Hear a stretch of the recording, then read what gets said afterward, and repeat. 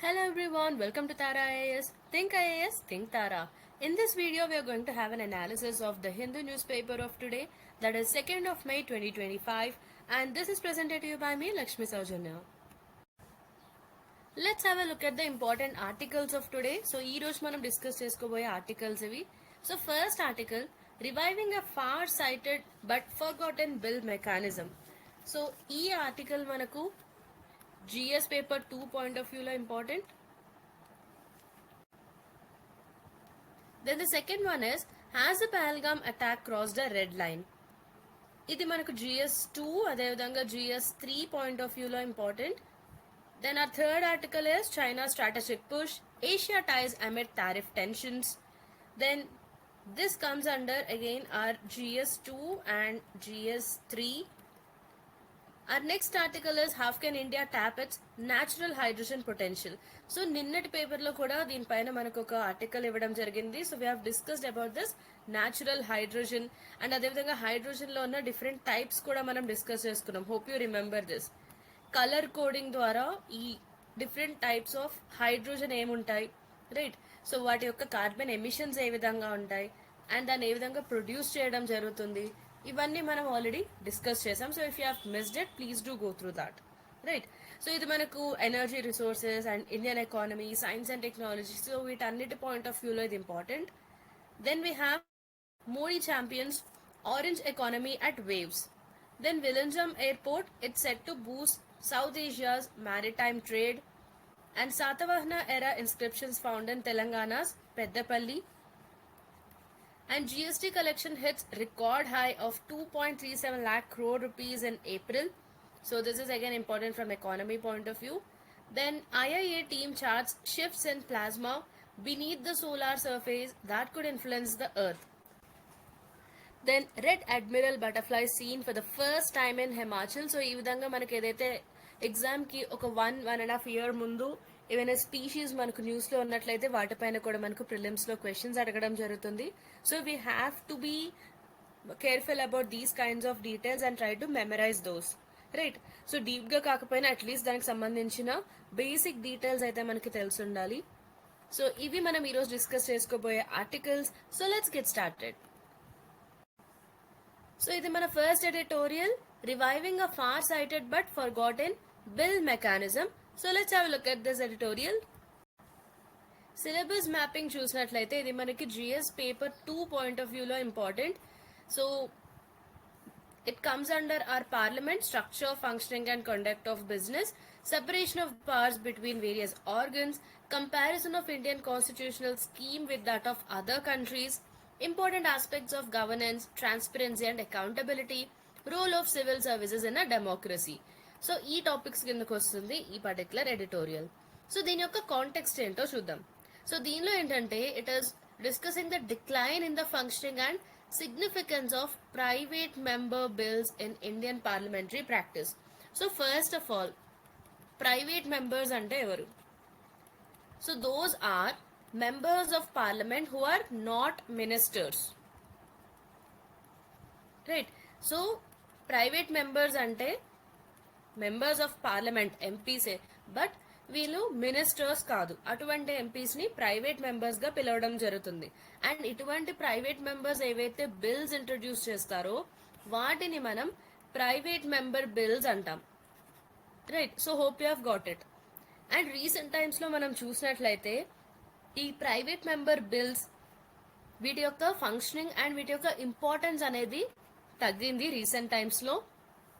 And once an avenue for legislative innovation and independent thought by MPs, private member bills are now reduced to a symbolic formality. So ఒకప్పుడు మనకు private member bills అంటే అవి ఒక legislative innovation గా చూసేవారు. అదేవిధంగా independent thoughts, MPs వారి యొక్క ఇండిపెండెంట్ థాట్స్ ని ఎక్స్ప్రెస్ చేసే విధానంగా చూసేవాళ్ళం. బట్ రీసెంట్ టైమ్స్ లో ఇవి తగ్గిపోయాయి. ఇవి జస్ట్ ఒక సింబాలిక్ ఫార్మాలిటీగా మారాయి. సో ఎందుకు అంటే because of disruptions, institutional inertia and parliamentary rules కి సంబంధించి రిఫార్మ్స్ లేకపోవడం, ఈ రీజన్స్ వల్ల మనకు ప్రైవేట్ మెంబర్ బిల్స్ అనేవి రీసెంట్ టైమ్స్ లో తగ్గాయి. సో ఇది ఈ ఆర్టికల్ యొక్క context.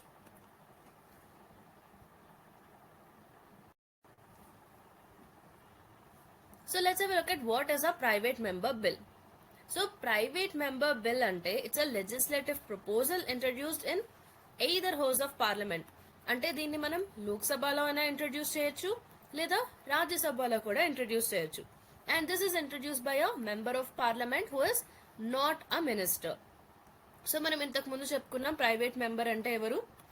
He's a member of parliament but not a minister.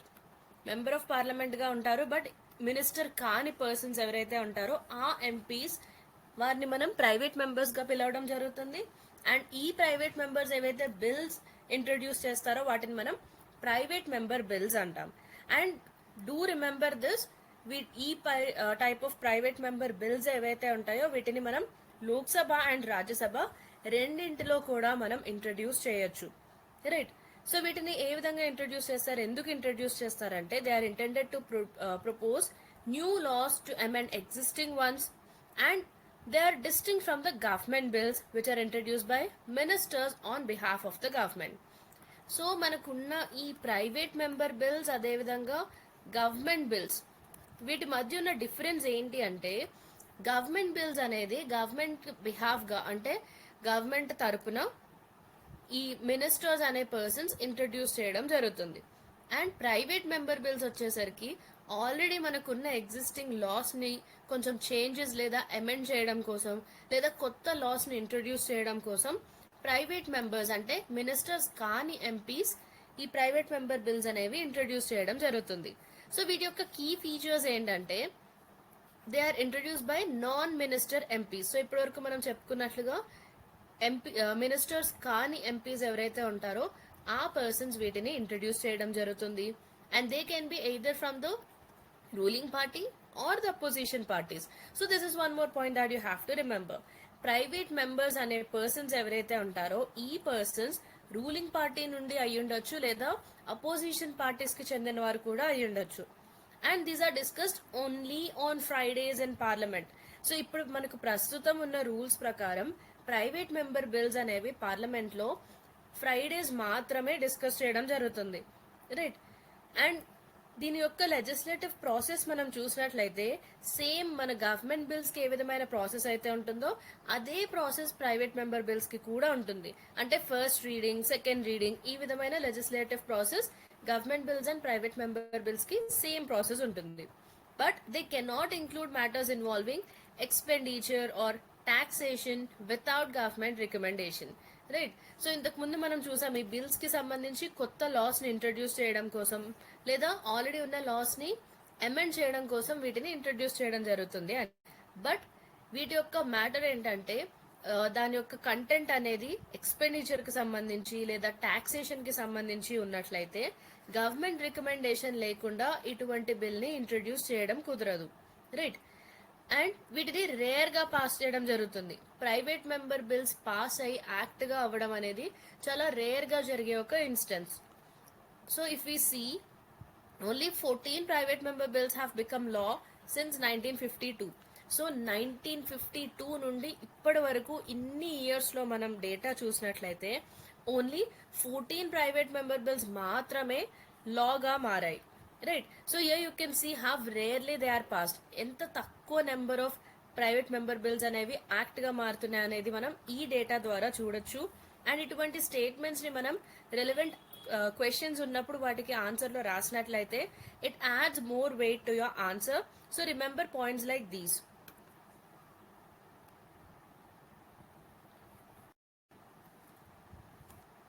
So if you look at the recent example, the Rights of Transgender Persons Bill 2014. So recent గా మనం ఒక example తీసుకున్నట్లయితే rights of transgender persons bill 2014 దీన్ని introduce చేసింది Trichy Shiva.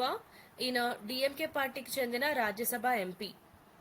So ఇది ఏ house లో introduce చేయడం జరిగిందంటే రాజ్యసభలో. అండ్ దీన్ని ఏప్రిల్ 24, 2015 ఈ బిల్ ని పాస్ చేయడం జరిగింది.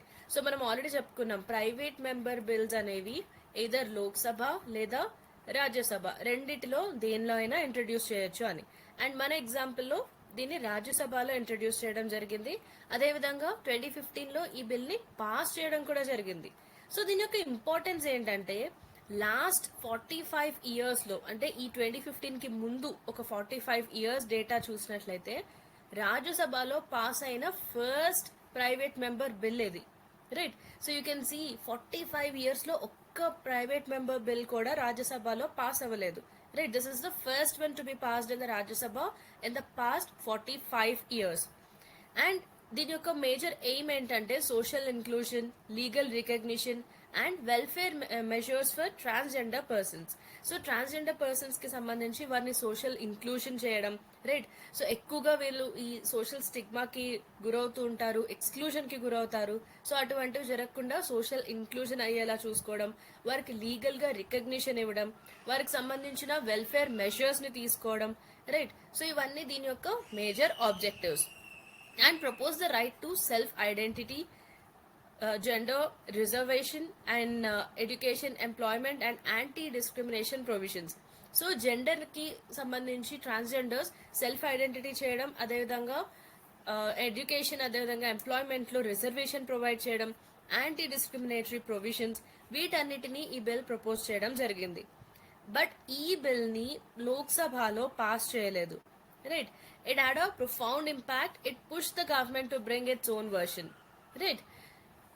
సో ఈ బిల్ ఫస్ట్ మనం చూసాం రాజ్యసభలో ఇంట్రడ్యూస్ చేశారు అండ్ రాజ్యసభలో ఈ ప్రైవేట్ బిల్ ని పాస్ చేశారు. సో రాజ్యసభలో పాస్ అయ్యాక నెక్స్ట్ ప్రాసెస్ ఏముంటుంది, ఇది లోక్సభకి వెళ్తుంది, రైట్. సో వైస్ వర్సా, ఒక హౌస్ లో బిల్ పాస్ అయినప్పుడు ఆబ్వియస్లీ అది నెక్స్ట్ హౌస్ కి వెళ్తుంది. రాజ్యసభలో ఇంట్రడ్యూస్ అయింది కాబట్టి ఇది నెక్స్ట్ లోక్సభకు వెళ్ళింది. బట్ లోక్సభలో ఇది పాస్ అవ్వలేదు. పాస్ అవ్వకపోయినప్పటికీ కూడా ఈ పర్టికులర్ బిల్ యొక్క ఇంపాక్ట్ ఎంత ఉంది అంటే గవర్నమెంట్ తన యొక్క ఓన్ వర్షన్ ని తీసుకుని వచ్చింది. That is transgender persons protection of rights act 2019, right.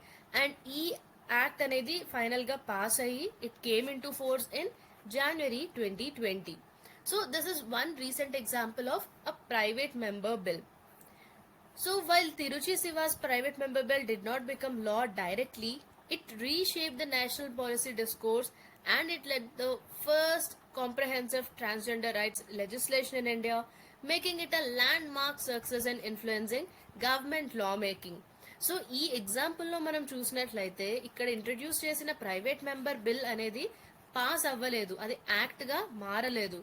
But దీనికి చాలా ఇంపార్టెన్స్ ఎందుకుంది అంటే ఇది నేషనల్ పాలసీ మేకింగ్ ని రీషేప్ చేసింది, రైట్. ఎందుకంటే దీని యొక్క ఇంపాక్ట్ వలన గవర్నమెంట్ తన యొక్క ఓన్ వర్షన్ లో ఈ విధమైన ట్రాన్స్జెండర్ పర్సన్స్ యాక్ట్ ఆఫ్ 2019 తీసుకురావడం జరిగింది. అంటే గవర్నమెంట్ లా మేకింగ్ ని ఒక ప్రైవేట్ మెంబర్ బిల్ ఇన్ఫ్లుయెన్స్ చేసింది, right. So it had a positive influence on the government law making and this is a landmark success, right. ఎందుకంటే ఇండియాలో ఈ విధంగా ట్రాన్స్జెండర్ రైట్స్ కి సంబంధించిన ఫస్ట్ కాంప్రహెన్సివ్ లెజిస్లేషన్ ఇది. అండ్ దీన్ని తీసుకురావడానికి వెనుకున్న మేజర్ ఫోర్స్ ఏంటంటే తిరుచి శివ గారు తీసుకొచ్చిన ఈ private member bill. So this is have you can mention in your answers regarding a private member bill. So ఈ ఎగ్జాంపుల్ ని కూడా మీరు షార్ట్ గా సైట్ చేయొచ్చు మీ ఆన్సర్స్ లో. Then other important acts passed as private member bills. So private member bills గా pass అయిన అదర్ యాక్ట్స్ ఏంటో చూద్దాం. సో ఇవేంటంటే Hindu marriage amendment act 1952, the proceedings of legislature protection of publication act 1956, the Indian Penal Code Amendment Act of 1963, the Code of Criminal Procedure Amendment Act of 1967, the Supreme Court Enlargement of Criminal Appellate Jurisdiction Act 1970, and the Indian Penal Code Amendment Act of 1972. So ఈ examples అనేవి మనకి important, right. So both prelims point of వ్యూలో which of the following acts were passed as private member bills అనే question రావచ్చు. అదేవిధంగా statement based questions లో కూడా so and so act ని మెన్షన్ చేసి that act was passed as a private member bill అని మనకి స్టేట్మెంట్ బేస్డ్ క్వశ్చన్స్ కూడా అడిగే అవకాశం ఉంది. దాంతో పాటుగా మనం మెయిన్స్ ఆన్సర్స్ రాసేటప్పుడు ఒకవేళ మనకు ప్రైవేట్ మెంబర్ బిల్ కి సంబంధించిన ఒక క్వశ్చన్ వచ్చినట్లయితే దానిలో మనం కొన్ని ఎగ్జాంపుల్స్ గా ఏవైతే యాక్ట్స్ ఇంతకు ముందు ప్రైవేట్ మెంబర్ బిల్స్ గా పాస్ అయ్యాయో వాటిని మెన్షన్ చేసినట్లయితే it will enhance your answer, right. So try to remember these acts which were passed as private member bills. So ఇప్పుడు మనం ప్రైవేట్ మెంబర్ బిల్ అదేవిధంగా గవర్నమెంట్ బిల్ మధ్య ఉన్న డిఫరెన్సెస్ ఏంటో చూద్దాం. సో ప్రైవేట్ మెంబర్ బిల్ ఎవరు introduce చేస్తారు మనం ఆల్రెడీ డిస్కస్ చేసుకున్నాం, మినిస్టర్ కాని ఎంపీస్ ఎవరైతే ఉంటారో మెంబర్స్ ఆఫ్ పార్లమెంట్, సో వారు ఈ ప్రైవేట్ మెంబర్ బిల్ ని ఇంట్రడ్యూస్ చేయడం జరుగుతుంది, రైట్. అండ్ గవర్నమెంట్ బిల్ వచ్చేసరికి ఆన్ బిహాఫ్ ఆఫ్ గవర్నమెంట్ తరపున ఒక మినిస్టర్ దీన్ని ఇంట్రడ్యూస్ చేయడం జరుగుతుంది. సో దీని యొక్క పర్పస్ ఏంటంటే raise issues of public interest or suggest new laws. So public interest కి సంబంధించిన ఇష్యూస్ ని రేజ్ చేయడం లేదా కొత్త లాస్ ని సజెస్ట్ చేయడానికి ప్రైవేట్ మెంబర్ బిల్స్ అనేవి ఇంట్రడ్యూస్ చేస్తారు. And coming to government bill, to implement official policies or fulfil government agenda. So ప్రతి ఒక్క గవర్నమెంట్ కి ఒక ఎజెండా ఉంటుంది. ఆ ఎజెండాని ఫుల్ఫిల్ చేయడం కోసం, అదేవిధంగా అఫీషియల్ పాలసీస్ ని ఇంప్లిమెంట్ చేయడం కోసం government different kinds of bills తీసుకురావడం జరుగుతుంది. And day of discussion, usually ఈ ప్రైవేట్ మెంబర్ బిల్స్ అనేవి మనకి జనరల్ గా ఫ్రైడేస్ డిస్కస్ చేస్తారు, రైట్. ఫ్రైడేస్ మాత్రమే, only on Fridays these would be discussed. And government bill ఏ వర్కింగ్ డే రోజైనా కూడా వీటిని టేకప్ చేయొచ్చు. Then coming to the legislative support, minimal, no assured passage or party whip. Private member bills కి సంబంధించి legislative support చాలా తక్కువగా ఉంటుంది. ఖచ్చితంగా ఇది పాస్ అవుతుంది అనే అష్యూరెన్స్ ఉండదు. అదేవిధంగా పార్టీ విప్ కూడా ఉండదు. బట్ గవర్నమెంట్ బిల్ చూసినట్లయితే it is backed by party discipline and whip. So party యొక్క డెసిషన్ ఏదైతే ఉంటుందో పార్టీ విప్, దాన్ని ఆ మెంబర్స్ ఫాలో అవ్వడం జరుగుతుంది, right. And this is backed by party discipline and there is high chance of passage. ఈ government bills pass అయ్యే chance చాలా ఎక్కువగా ఉంటుంది and private member bills pass అయ్యే ఛాన్స్ చాలా తక్కువగా ఉంటుంది. There is a minimal chance. Then coming to the success rate, it is very low. Only 14 private member bills passed since 1952. So మనం already చూసాం ఈ ప్రైవేట్ మెంబర్ బిల్స్ కి సంబంధించిన data 1952 నుండి ఇప్పటి వరకు చూసినట్లయితే కేవలం 14 ప్రైవేట్ మెంబర్ బిల్స్ మాత్రమే పాస్ అయ్యాయి. అంటే వీటి యొక్క సక్సెస్ రేట్ అనేది చాలా తక్కువగా ఉంది. బట్ గవర్నమెంట్ బిల్స్ కి సంబంధించి ఈ సక్సెస్ రేట్ చాలా ఎక్కువగా ఉంది. Majority of laws passed are government bills. So మనం ఒక గివెన్ పీరియడ్ ఆఫ్ టైంలో పాస్ అయిన బిల్స్ అన్ని చూసినట్లయితే దానిలో మనకు మెజారిటీ ఆఫ్ ద లాస్ కూడా అన్ని గవర్నమెంట్ బిల్స్ అయి ఉంటాయి. And coming to the policy impact, it may inspire debate or shape future laws. So ఈ ప్రైవేట్ మెంబర్ బిల్ వల్ల ఏంటంటే it will inspire debates or it may shape future laws. So మనం చూసాం transgender persons bill ఏదైతే ఒక private member bill గా introduce అయిందో అది పాస్ అవ్వనప్పటికీ కూడా లెజిస్లేచర్ మీద అదేవిధంగా లా మేకింగ్ పైన దాని యొక్క ఇంపాక్ట్ అనేది ఉండింది, right. And coming to the government bill, it directly leads to legally binding legislation. Government bills pass అయినప్పుడు ఏమవుతుంది, they will become legally binding legislations. So direct గా ఇవి లెజిస్లేషన్స్ లేదా యాక్ట్స్ గా మారుతాయి. Then why private member bills matter in a parliamentary democracy. So మనకు ఇండియాలో ఉన్న పార్లమెంటరీ డెమోక్రసీలో ప్రైవేట్ మెంబర్ బిల్స్ ఎందుకు ఇంపార్టెంట్ అంటే it democratises law making, right. So దీనివల్ల ఏమవుతుంది, ప్రైవేట్ మెంబర్ బిల్స్ అంటే వీటి వలన నాన్ మినిస్టర్ ఎంపీస్ కాని మినిస్టర్స్ కూడా లెజిస్లేషన్స్ తీసుకురావచ్చు. దానివల్ల పార్టిసిపేషన్ ఎన్హాన్స్ అవుతుంది, ప్లూరలిజం ఎన్రిచ్ అవుతుంది, right. So it democratises the law making process and then it's a source of legislative innovation. So general గా మనం హిస్టారికల్ గా చూసినట్లయితే ఇప్పటి వరకు ఇంట్రడ్యూస్ చేసిన ప్రైవేట్ మెంబర్ బిల్స్ వాటిలో ఎక్కువగా మనకు బోల్డ్ ఐడియాస్ తో బిల్స్ అనేవి ఇంట్రడ్యూస్ చేయడం జరుగుతుంది. సో మేజర్ ఎగ్జాంపుల్ ఇప్పటి వరకు మనం డిస్కస్ చేసిన rights of transgender persons bill లేదా right to disconnect bill. So ఇటువంటి బోల్డ్ ఐడియాస్ తో వస్తాయి ప్రైవేట్ మెంబర్ బిల్స్. సో దానివల్ల ఏంటంటే మనకు లెజిస్లేటివ్ ఇన్నోవేషన్ జరుగుతుంది. So we can say that private member bills are a source of legislative innovation. Then it checks executive dominance. So private member bills వల్ల ఏంటంటే ఈ legislative agenda పైన cabinet కి ఏదైతే కంట్రోల్ ఉంటుందో సెంట్రలైజ్డ్ కంట్రోల్, దాన్ని కొంతవరకు డైల్యూట్ చేసినట్లు అవుతుంది, right. So it checks the executive dominance. So executive యొక్క డామినెన్స్ ని తగ్గించడానికి కూడా ఇది యూజ్ అవుతుంది. దాంతోపాటుగా platform for emerging concerns. So they often highlight unconventional or emerging policy issues before they go for mainstream attention. So main stream attention లోకి వెళ్ళక ముందే కొన్ని unconventional issues and emerging policy issues ఏవైతే ఉంటాయో వాటిని ఈ ప్రైవేట్ మెంబర్ బిల్స్ హైలైట్ చేయడం జరుగుతుంది, రైట్. సో కొత్తగా వస్తున్న ఎమర్జింగ్ కన్సర్న్స్ కి ఒక ప్లాట్ఫామ్ గా ఉంటుంది private member bill. Then it encourages dialogue and debate. Private member bills వల్ల ఏంటంటే it fosters cross party collaboration and it strengthens deliberative democracy. So దీనివల్ల డైలాగ్ అండ్ డిబేట్ కూడా ఎంకరేజ్ చేయబడతాయి. And private member bills they serve as a critical wall for independent thought, helping Parliament remain responsive and progressive. So private member bills వల్ల ఏంటంటే ఇవి independent thought కి అవకాశం కల్పిస్తున్నాయి. దాంతో పాటుగా పార్లమెంట్ రెస్పాన్సివ్ గా అండ్ ప్రోగ్రెసివ్ గా ఉంటుంది ప్రైవేట్ మెంబర్ బిల్స్ వలన. సో ఇది ఒక పార్లమెంటరీ డెమోక్రసీలో ప్రైవేట్ మెంబర్ బిల్స్ యొక్క importance. Then systemic barriers undermining their impact.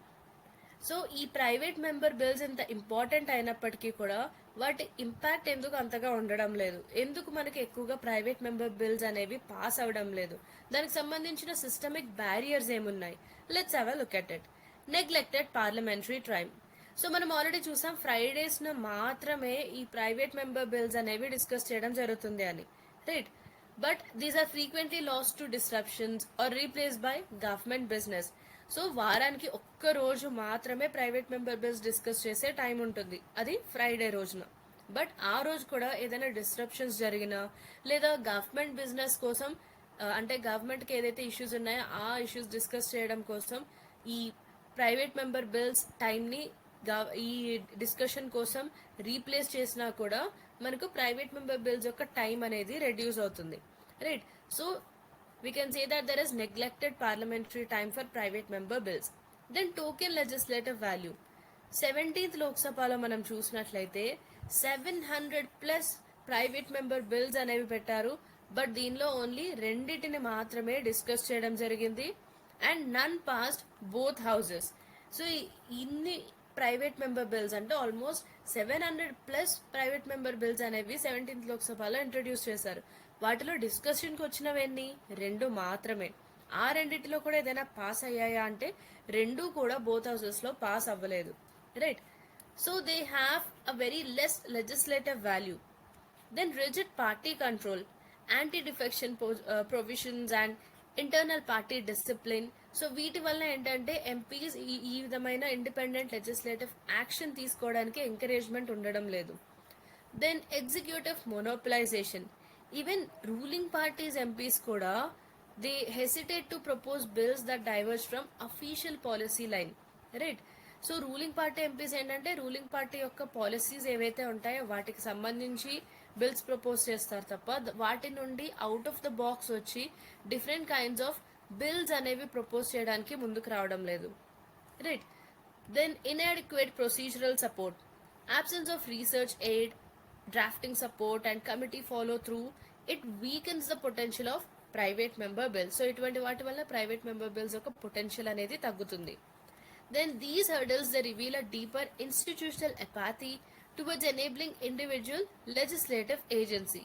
So ఇవి మనకు ప్రైవేట్ మెంబర్ బిల్స్ ఎంత ఇంపార్టెంట్ అయినా కూడా వాటి యొక్క ఇంపాక్ట్ ని అండర్మైన్ చేసే బ్యారియర్స్ ఇవి. Finally, what is the way forward? Reclaiming the spirit of legislative independence. So దీనికి సంబంధించిన కొన్ని సొల్యూషన్స్ చూద్దాం. Safeguard private member bill discussion time. Amend the procedural rules to protect and prioritize Fridays for PMB debates. So ఈ private member bills కి సంబంధించి మనం చూసాము barriers లేదా ఛాలెంజెస్ లో భాగంగా కేవలం ఫ్రైడేస్ ని మాత్రమే ప్రైవేట్ మెంబర్ బిల్ యొక్క డిస్కషన్ కి అలాట్ చేయడం జరుగుతుంది. అండ్ ఆ రోజున కూడా ఏదైనా హాలిడే వచ్చినా ఏదైనా డిస్ట్రప్షన్ జరిగినా లేదా గవర్నమెంట్ కి సంబంధించిన డిస్కషన్ కోసం టైం తక్కువగా ఉన్నప్పుడు కూడా ఈ టైంని వాళ్ళు యూజ్ చేసుకోవడం జరుగుతుంది. సో ఆ విధంగా జరగకుండా ప్రొసీజరల్ రూల్స్ ని అమెండ్ చేసి ఫ్రైడేస్ ను కేవలం ఈ విధమైన ప్రైవేట్ మెంబర్ బిల్స్ యొక్క డిబేట్స్ కి సంబంధించి వాటిని ప్రయారిటైజ్ చేయాలి, ఫ్రైడేస్ ని అదేవిధంగా ప్రొటెక్ట్ చేయాలి. Then institutional commitment. సో ఈ విధమైన private member bill discussions regular గా జరగడం కోసం స్పీకర్ అండ్ రాజ్యసభ చైర్మన్ ని మనం ఇన్వాల్వ్ చేయాల్సి ఉంటుంది so that they will have a institutional commitment. Then extend the debate windows, allow more hours and dedicated days for these, right? So ఇన్ని private member bills 700 plus private member bills ఉన్నప్పుడు దానిలో రెండు మాత్రమే డిస్కషన్కి వచ్చాయి మనం 17th Lok Sabha చూసినట్లయితే, right. So ఆ విధంగా జరగకుండా ఉండడానికి ఏంటంటే ప్రైవేట్ మెంబర్ బిల్స్ డిస్కస్ చేయడం కోసం ఇంకా కొంచెం ఎక్కువ రోజులు, అంటే వారానికి కేవలం ఒక్క రోజు మాత్రమే దీనికోసం డెడికేట్ చేయడం జరుగుతుంది, దట్ ఈస్ ఫ్రైడే. సో ఆ విధంగా కాకుండా ఇంకొంచెం ఎక్కువ రోజులు వీటి కోసం డెడికేట్ చేస్తూ ఇంకొంచెం ఎక్కువ అవర్స్, ఎక్కువ గంటలు వీటి కోసం డెడికేట్ చేసినట్లయితే it will accommodate rising volume. ఈ పెరుగుతున్న ప్రైవేట్ మెంబర్ బిల్స్ ఏవైతే ఉన్నాయో వాటిని అకామిడేట్ చేయడానికి, వాటిని డిస్కస్ చేయడానికి వీలవుతుంది. Then, supportive reforms provide MPs with technical and legislative support to draft robust and relevant bills. So ఎంపీస్కి సంబంధించి మనం టెక్నికల్ సపోర్ట్ అదేవిధంగా లెజిస్లేటివ్ సపోర్ట్ ఇచ్చినట్లయితే they can draft robust and relevant bills. So ఆ విధంగా మనం సపోర్టివ్ రిఫార్మ్స్ తీసుకురావాలి. Then learn from global models, introduce 10-minute rule bills of UK or pilot initiatives for pre-legislative scrutiny of private member bills. So global models అంటే other కంట్రీస్లో ఏ విధమైన rules అయితే follow అవుతున్నారో వాటిని అబ్జర్వ్ చేసి వాటిలో మనకి సూట్ అయ్యేవి ఏమైనా ఉన్నట్లయితే వాటిని మనం అడాప్ట్ చేసుకోవచ్చు. ఫర్ ఎగ్జాంపుల్ యూకేలో ఉండే 10-minute రూల్ బిల్స్, లేదా ప్రీ లెజిస్లేటివ్ స్క్రూటినీ అంటే ఈ లెజిస్లేచర్లో ఇంట్రడ్యూస్ చేయకముందే ప్రీ లెజిస్లేటివ్ స్క్రూటినీ చేయొచ్చు through pilot initiatives. So this is the way forward regarding private member bill. So hope you are clear with this concept. ఇప్పటి వరకు మనం private members అంటే ఎవరు, ప్రైవేట్ మెంబర్ బిల్స్ అంటే ఏంటి, వాటికి సంబంధించిన various consequences and various concepts మనం డిస్కస్ చేయడం జరిగింది. So now let's have a look at a mains question on this topic. Private members bills offer scope for participatory law making yet remain underused in India's parliament. So ఇక్కడ మనకి ఇచ్చిన statement ఏంటంటే ఈ private member bills ఏవైతే ఉంటాయో వీటి వల్ల మనకు పార్టిసిపేటరీ లా మేకింగ్ అనేది వీలవుతుంది. సో బట్ ఈ పార్టిసిపేటరీ లా మేకింగ్కి ఇది ఎన్ష్యూర్ చేసినప్పటికీ కూడా the remain under used in India's parliament. So Indian పార్లమెంట్లో వీటిని అండర్ యూస్డ్గా ఉన్నాయి ఇవి, అంటే ఎంతైతే మనకి యూసేజ్ ఉండాలో దానికంటే తక్కువ యూజ్ చేస్తున్నాం. So critically examine their role in shaping legislation and suggest reforms to improve their effectiveness. So ముందుగా మనం లెజిస్లేషన్ని షేప్ చేయడంలో వీటి యొక్క రోల్ ఏంటి అనేది మనం క్రిటికల్గా ఎగ్జామిన్ చేయాల్సి ఉంటుంది. Remember these words, be careful with these and write your answers accordingly. And finally suggest reforms to improve their effectiveness. So ఫైనల్గా వాటి యొక్క ఎఫెక్టివ్నెస్ని ఇంప్రూవ్ చేయడానికి ఏ విధమైన రిఫార్మ్స్ తీసుకురావచ్చు మీరు సజెస్ట్ చేయొచ్చు వే ఫార్వర్డ్లో భాగంగా.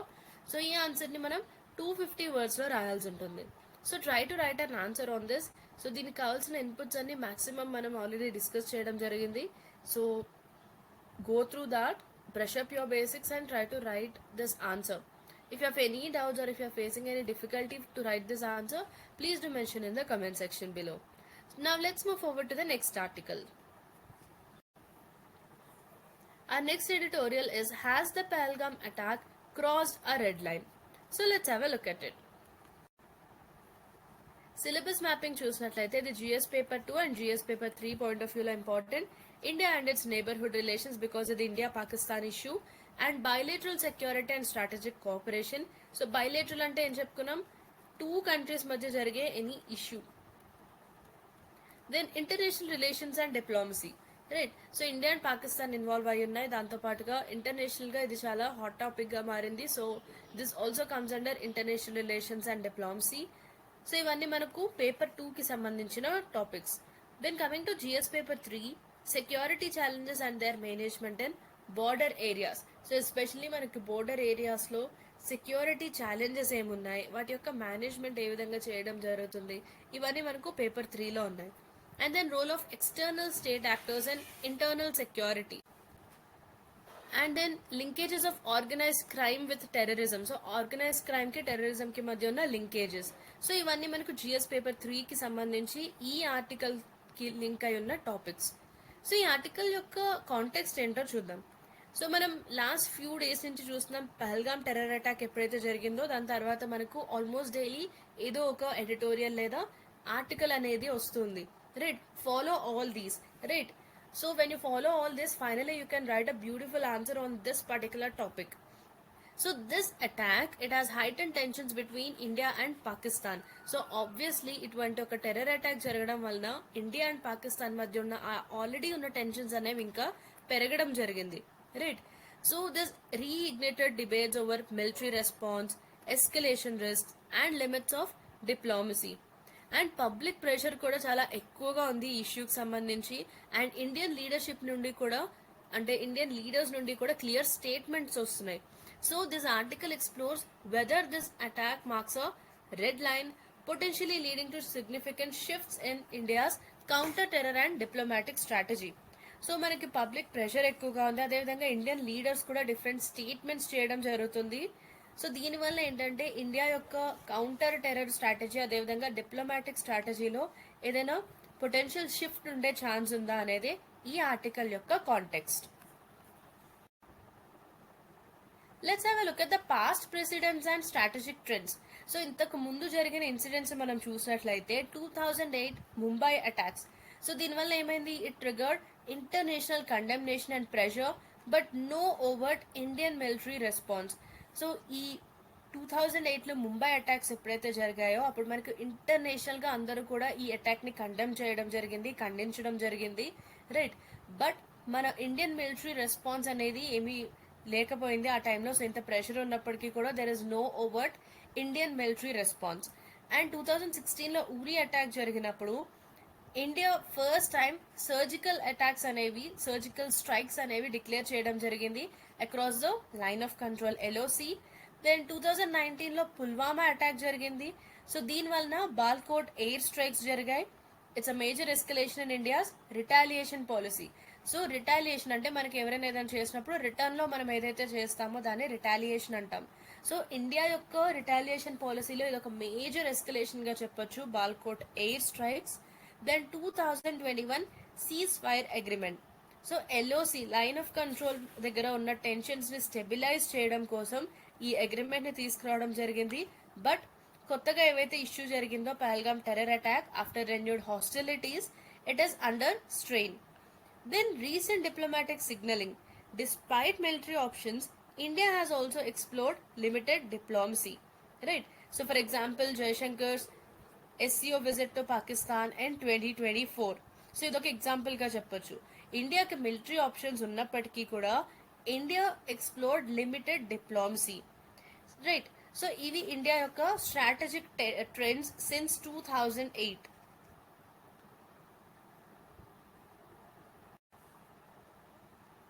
ఇండియా యొక్క కౌంటర్ టెర్రరిజం స్ట్రాటజీ ఏంటో చూద్దాం. ఇండియా ఒక multi prawns counter terrorism strategy follow అవడం జరుగుతుంది. సో దీనిలో ఏం కంబైన్ చేస్తుందంటే మనకు ప్రివెంటివ్ సెక్యూరిటీ మెజర్స్, అంటే ఇటువంటి ఇన్సిడెంట్స్ జరగకుండా ప్రివెంటివ్ మెజర్స్ తీసుకోవడం సెక్యూరిటీకి సంబంధించి, డిటరెంట్ యాక్షన్స్, ఇటువంటి అటాక్ చేసే ఛాన్స్ లేకుండా వాటిని డిటర్ చేసే విధంగా, వాటిని స్టాప్ చేసే విధంగా లేదా ప్రివెంట్ చేసేలా కొన్ని యాక్షన్స్ తీసుకోవడం, legal mechanisms and international cooperation to combat terrorism effectively. So ఇటువంటి స్ట్రాటజీస్ అన్ని మిక్స్ చేసి ఒక multi pronged counter terrorism strategy follow అవుతుంది India. Then what are the components of this India's counter terrorism framework? So రీసెంట్గా జరిగిన issue వల్ల మనకి ఈ టాపిక్ చాలా చాలా ఇంపార్టెంట్ ఎగ్జామినేషన్ పాయింట్ ఆఫ్ వ్యూలో. So we have to know about India's framework regarding counter terrorism. So మనకున్న institutional mechanisms చూసినట్లయితే NIA, national investigation agency. So ఇది టెర్రర్ రిలేటెడ్ కేసెస్కి సంబంధించిన central agency. Then multi agency centre, ఇది intelligence షేరింగ్కి సంబంధించి inter agency కోఆర్డినేషన్ని కూడా ఇది చూసుకోవడం జరుగుతుంది. Multi agency centre, it coordinates inter agency intelligence sharing. అంటే మనకు డిఫరెంట్ ఇంటెలిజెన్స్ ఏజెన్సీస్ ఉంటాయి, లైక్ రా, ఐబీ, ఎన్ఐఏ ఎట్సెట్రా. సో ఈ ఏజెన్సీస్ మధ్య ఇంటెలిజెన్స్ ఇన్ఫర్మేషన్ యొక్క షేరింగ్ని ఇది కోఆర్డినేట్ చేయడం జరుగుతుంది, right. That is inter agencies, between different agencies intelligence షేరింగ్ని కోఆర్డినేట్ చేస్తుంది. Then NSG, black cats, these are elite counter terror force for high risk operations. So high risk ఆపరేషన్స్లో వీటిని యూజ్ చేయడం జరుగుతుంది ఎన్ఎస్జీ. ఇవి మనకున్న ఇన్స్టిట్యూషనల్ మెకానిజమ్స్. అండ్ మనకున్న legal frameworks చూసినట్లయితే unlawful activities prevention act, UAPA. So it is key anti terror law enabling prolong detention and banning terror organisations. So UAPA ద్వారా మనం ఏం చేయొచ్చు అంటే ప్రొలాంగ్డ్ డిటెన్షన్, సో ఎక్కువ చాలా రోజుల పాటు మనం డిటెన్షన్ చేయొచ్చు, ప్రొలాంగ్ డిటెన్షన్. దాంతో పాటుగా టెర్రర్ ఆర్గనైజేషన్స్ ఏవైతే ఉంటాయో వాటిని బ్యాన్ చేసే అవకాశం కూడా ఉంటుంది. Then NIA act amended in 2019. So ఈ national investigation agency NIA act అనేది మనం 2019లో అమెండ్ చేయడం జరిగింది. దీని ద్వారా ఏంటంటే మనం ఎన్ఐఏకి కొన్ని పవర్స్ ఇచ్చాం. What are those powers? To investigate terror acts across borders and tackle cyber human trafficking linked terrorism. So borders దాటి కూడా అక్రాస్ బార్డర్స్ కూడా ఈ టెర్రర్ యాక్టివిటీస్ ని ఇన్వెస్టిగేట్ చేయడానికి పవర్స్ ఇవ్వడం జరిగింది. దాంతో పాటుగా cyber terrorism and human trafficking link terrorism ని కూడా ట్యాకిల్ చేయొచ్చు ఎన్ఐఏ. సో ఈ విధమైన పవర్స్ ఇవ్వడం జరిగింది. 2019లో కూడా దీన్ని అమెండ్ చేయడం జరిగింది. So this is the legal framework that we have. So మనకున్న ఇన్స్టిట్యూషనల్ మెకానిజమ్స్ చూసాం, దాంతో పాటుగా ఇండియాలో ఉన్న లీగల్ ఫ్రేమ్వర్క్స్ కూడా చూసాం. Try to remember these points.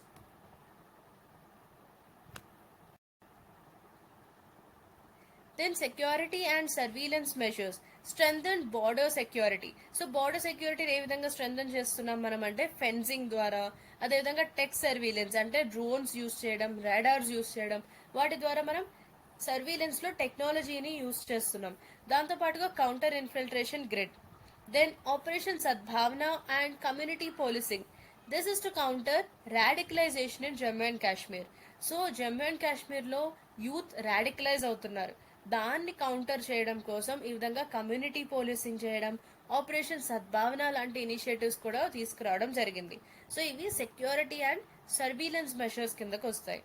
And coming to the military doctrine, shift from strategic restraint to proactive response. So ఇంతకు ముందు మనం ఇండియా యొక్క హిస్టారికల్ రెస్పాన్సెస్ చూసినట్లయితే India use to have a strategic restraint.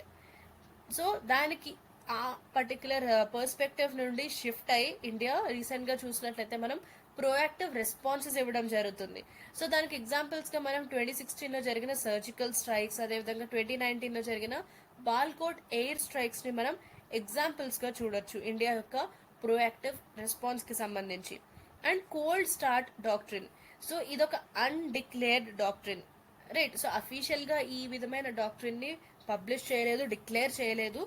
But if you look at this cold start doctrine, it's a potential limited war strategy.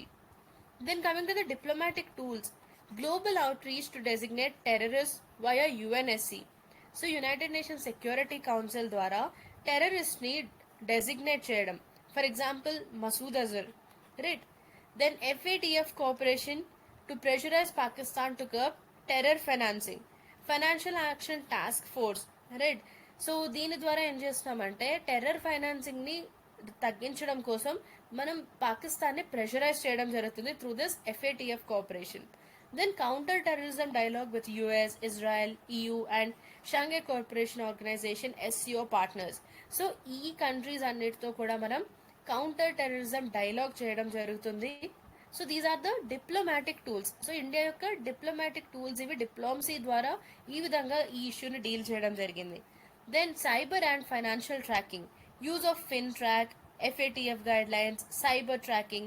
So వీటి ద్వారా ఏంటంటే digital గా ఈ టెర్రర్ ప్రోపగండా ఏదైతే స్ప్రెడ్ అవుతూ ఉంటుందో దాన్ని ట్యాకిల్ చేయడం కోసం, అదేవిధంగా టెర్రర్ ఫండింగ్ ని మానిటర్ చేయడానికి కూడా వీటిని యూజ్ చేయడం జరుగుతుంది, right. Then coming to the national security doctrine. ఇండియాలో ఒక కోడిఫైడ్ నేషనల్ సెక్యూరిటీ డాక్ట్రిన్ అయితే లేదు, బట్ మన సెక్యూరిటీ అప్రోచ్ ఏదైతే ఉందో దీనిలో మనం పాలసీ డాక్యుమెంట్స్ ని, military doctrines, strategic statements and institutional frameworks ద్వారా గైడ్ చేయబడుతుంది. Aimed at safeguarding territorial integrity, sovereignty, internal stability and global interest. So do remember ఇండియాకి సంబంధించి ఒక కోడిఫైడ్ నేషనల్ సెక్యూరిటీ డాక్ట్రిన్ అయితే లేదు. Then why India needs a formal NSD. So ఇండియాలో ఒక formal national security doctrine ఉండాల్సిన అవసరం ఏముంది? What is that necessity? So if you see fragmented coordination between agencies. So ఇది ఎందుకు ఇంపార్టెంట్ అంటే మనకు డిఫరెంట్ ఇంటెలిజెన్స్ ఏజెన్సీస్ ఉన్నాయి ఇండియాలో. యాజ్ యూ డిస్కస్ ఎర్లియర్, రా research and analysis wing, IB intelligence bureau, NIA national investigation agency. So ఈ విధంగా different kinds of intelligence agencies ఉన్నాయి. బట్ వీటి మధ్య కోఆపరేషన్ అనేది కొంత ఫ్రాగ్మెంటెడ్ గా ఉంది, రైట్. సో అంత ప్రాపర్ కోఆర్డినేషన్ అండ్ కోఆపరేషన్ అయితే లేదు. బట్ వీటి మధ్య కోఆపరేషన్ అనేది చాలా ఇంపార్టెంట్. అదేవిధంగా ఇంటెలిజెన్స్ షేరింగ్ ఈ ఏజెన్సీస్ మధ్య అంటే ఇంటర్ ఏజెన్సీ ఇంటెలిజెన్స్ షేరింగ్ చాలా ఇంపార్టెంట్. సో ఈ విధమైన కోఆర్డినేషన్ కోసం ఒక ఫార్మల్ ఎన్ఎస్డి యొక్క అవసరం ఉంది. Then ad hoc responses to cross border threats, lack of a common doctrinal language between civil, military and intelligence institutions. So ఈ విధమైన ఇన్స్టిట్యూషన్స్ మధ్య ఒక కామన్ డాక్ట్రినల్ లాంగ్వేజ్ అనేది కూడా లేదు. దాంతోపాటుగా need to align strategic vision with emerging tech threats. So recent టైమ్స్లో చూసినట్లయితే టెక్నాలజీ పరంగా కూడా మనకి చాలా థ్రెట్స్ అనేవి ఉంటున్నాయి. సో మనకున్న స్ట్రాటజిక్ విజన్ ఏదైతే ఉందో దాన్ని ఈ విధమైన ఎమర్జింగ్ థ్రెట్స్, కొత్తగా వస్తున్న థ్రెట్స్ని డీల్ చేయడానికి కూడా వీటిలో మనం కొన్ని మెజర్స్ని అలైన్ చేయాల్సి ఉంటుంది. So this is the reason why India needs a formal national security doctrine. So ఈ కొన్ని రీజన్స్ మనం చూసినట్లయితే వీటి వల్ల మనకు ఇండియాలో ఒక ఫార్మల్ నేషనల్ సెక్యూరిటీ డాక్ట్రిన్ యొక్క అవసరం అయితే ఉంది.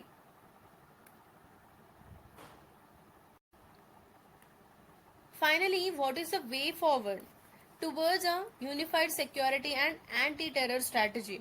Codify a formal national security doctrine. So మనం ఆల్రెడీ చూసాం నేషనల్ సెక్యూరిటీ డాక్ట్రిన్ యొక్క నీడ్, దీని యొక్క అవసరం ఏముంది అని మనం ఆల్రెడీ డిస్కస్ చేసుకున్నాం, right?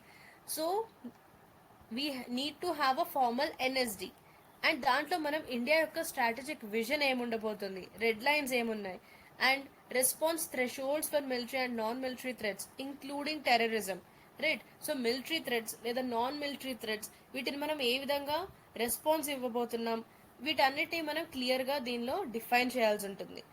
And bring clarity, coordination and strategic deterrence. So agencies మధ్య కోఆర్డినేషన్ అదేవిధంగా క్లారిటీని కూడా మనం తీసుకురావాల్సి ఉంది.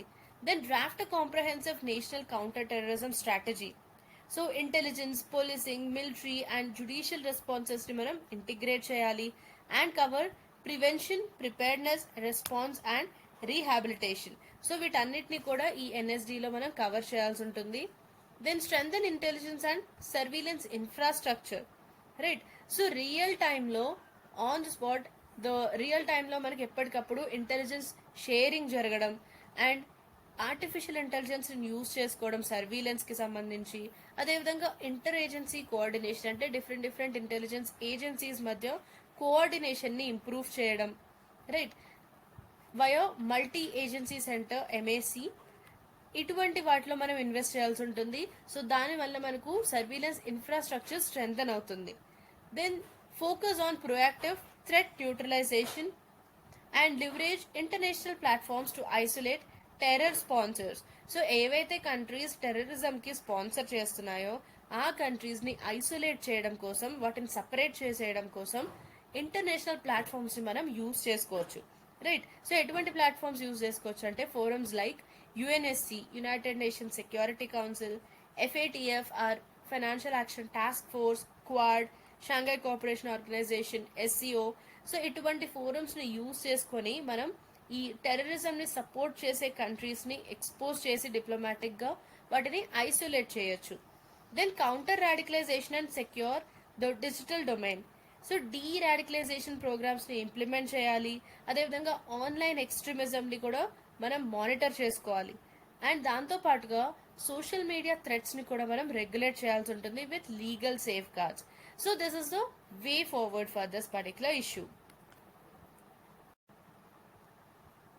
సో రీసెంట్ టైమ్స్లో పహల్గామ్ టెర్రర్ అటాక్ చాలా హాట్ టాపిక్గా మారింది. సో దీనిపైన మనకు ఈ ఇష్యూస్ అన్నీ తెలిసి ఉండాలి, క్వశ్చన్స్ కూడా అడిగే ఛాన్స్ ఉంటుంది. So please be prepared for a mains question and also some prelims questions on this particular topic. So let's move forward to the next article. So మన నెక్స్ట్ ఆర్టికల్ ఏంటంటే China strategic push Asia ties amid tariff tensions. దీని యొక్క syllabus mapping మనకు చూసినట్లయితే GS paper 2 and 3 point of వ్యూలో important. So GS paper 2లో India and its neighbourhood relations, bilateral, regional and global groupings and agreements, effect of foreign policies of major powers on India's interests. So other major కంట్రీస్లో వారి యొక్క foreign పాలసీలో change వచ్చినట్లయితే ఆ effect అనేది India పైన ఎంత ఉంటుంది, right? So this comes under GS paper 2. And GS paper 3లో Indian economy and global economic trends, effect of global trade and tariff policies.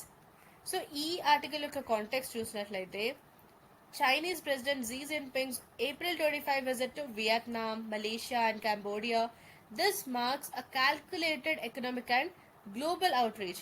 So recent గా మనం చూసాం యుఎస్ యొక్క టారిఫ్స్ ఏ విధంగా ఇష్యూ జరిగింది అని, రైట్? సో ఈ ఇష్యూని యుఎస్ టారిఫ్స్ ని కౌంటర్ చేయడం కోసం అండ్ స్ట్రాటజిక్ పార్ట్నర్షిప్స్ ని ఎక్స్పాండ్ చేయడం కోసం చైనా చాలా స్ట్రాటజిక్ గా ఈ కంట్రీస్ ని అప్రోచ్ అవ్వడం జరిగింది, ఈ కంట్రీస్ ని విజిట్ చేయడం జరిగింది.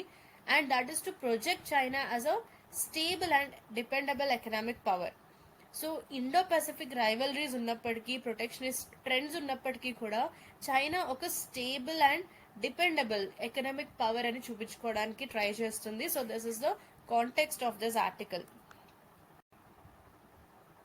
Then China versus US influence in ASEAN region. So China and United States లో చూసినట్లయితే ఎకనామిక్ ఎంగేజ్మెంట్ కి సంబంధించి China it's a major investor via this belt and road initiative and bilateral infrastructure deals. And US చూసినట్లయితే ఇది private sector investments, trade and technology పైన ఎక్కువగా focus పెట్టడం జరిగింది.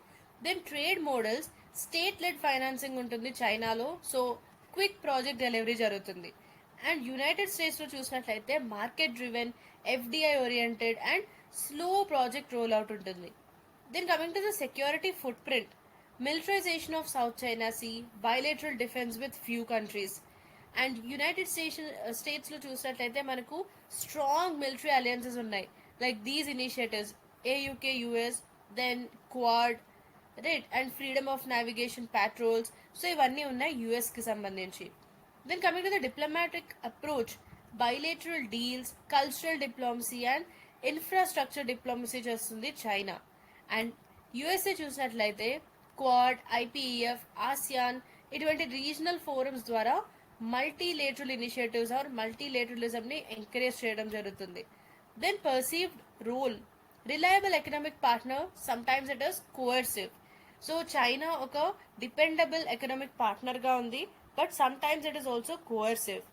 అండ్ యునైటెడ్ స్టేట్స్ చూసినట్లయితే మనకు ఇది ఒక సెక్యూరిటీ గ్యారంటర్ గా ఉంది, but sometimes disengaged. And coming to the influence tools, loans, aid, BRI, digital trade and soft power ని యూజ్ చేస్తుంది China. Then coming to United States, it uses security alliances, tech cooperation and norms advocacy. So China economic infrastructure లో leading గా ఉంది, and US military and normative frameworks లో dominate చేస్తుంది.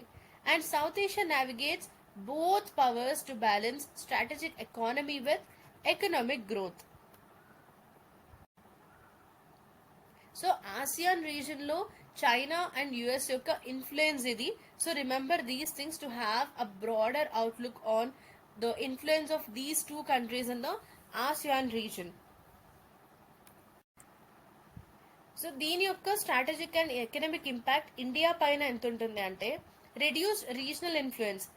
ASEAN countries తో China యొక్క ties బాగా strong గా జరిగినట్లయితే ఇండియా యొక్క యాక్ట్ ఈస్ట్ పాలసీ అనేది డైల్యూట్ అవుతుంది. సో దానివల్ల ఏమవుతుంది, ఇండియా యొక్క ఇమ్మీడియట్ నైబర్హుడ్ లో ఇండియా యొక్క ఇన్ఫ్లుయెన్స్ అనేది తగ్గుతుంది, right? Then geopolitical encirclement risks, infrastructure లో అదేవిధంగా పోర్ట్ ఇన్వెస్ట్మెంట్స్, ఈ విధమైన ఇన్వెస్ట్మెంట్స్ చేయడం వలన చైనా తన యొక్క స్ట్రింగ్ ఆఫ్ పర్ల్ స్ట్రాటజీని ఇంకా స్ట్రెంథన్ చేయడం జరుగుతుంది. And example is Cambodia and Malaysia. So this is posing a long-term strategic encirclement concern for India in the Indian Ocean region. So Indian ocean reason లో ఇండియాకి ఇటువంటి ఎన్సర్కిల్మెంట్ concern ఉంది, ఎందుకంటే మన చుట్టూ ఉన్న కంట్రీస్ తో చైనా ఈ విధమైన రిలేషన్స్ ని బిల్డ్ చేసుకున్నప్పుడు చైనా మనల్ని ఎన్సర్కిల్ చేసే అవకాశం ఉంది, right? So we have that risk. Then coming to the economic competition in ASEAN, tariff free trade deals, అదేవిధంగా faster project execution, financing advantage. So దీనివల్ల ఏమవుతుంది, ఇండియన్ ఎక్స్పోర్ట్స్ అండ్ ఇన్వెస్ట్మెంట్స్ ఏవైతే ఉంటాయో సౌత్ ఈస్ట్ ఏషియాకి సంబంధించి వాటిలో చైనా మనల్ని out compete చేస్తుంది. So ఆ కాంపిటీషన్ లో చైనా మనకంటే ఒక అడుగు ముందుకు వెళ్లే అవకాశం ఉంది, right? Since we are discussing about ASEAN, please do go through the member countries of ASEAN. So do mention the member countries of ASEAN in the comment section. Try to remember these members. So వీటి యొక్క member countries ఏవేవి ఉన్నాయనే దానిపైన కూడా ఇంతకుముందు questions అడగడం జరిగింది. So try to remember the list of the countries and also go through this map. So ఈ విధమైన కంట్రీస్ ఆర్ గ్రూపింగ్స్ మనకు న్యూస్లో ఉన్నప్పుడు ఆ ప్లేసెస్ కూడా మనకి ఎగ్జామినేషన్ పాయింట్ ఆఫ్ వ్యూలో important. So try to go through this map of this region. So ఏ కంట్రీకి నేబరింగ్ కంట్రీస్ ఏమేమి ఉన్నాయి, especially this south east Asian countries and ASEAN countries. So వీటి యొక్క location important, please do go through that. Then diplomatic pressure and multilateral forums. ASEAN may tilt towards Chinese positions in regional groupings like RCEP, etc. So ఈ విధంగా ఇన్ఫ్రాస్ట్రక్చర్లో port investments చేయడం వల్ల ఏంటంటే ASEAN countries China వైపు tilt అయ్యే అవకాశం ఉంది. Especially RCEP లాంటి రీజనల్ గ్రూపింగ్స్లో చైనా సైడ్ టిల్ట్ అయ్యే ఛాన్స్ ఉంది. And also at UN forums.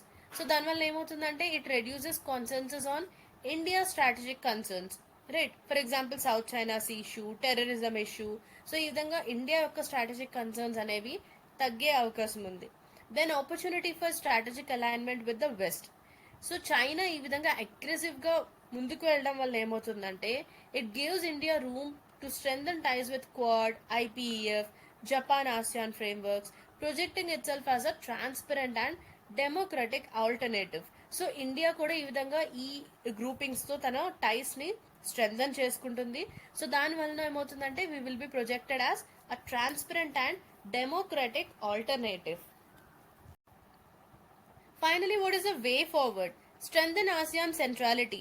Promote ASEAN-led frameworks to ensure balanced regional cooperation and prevent Chinese dominance.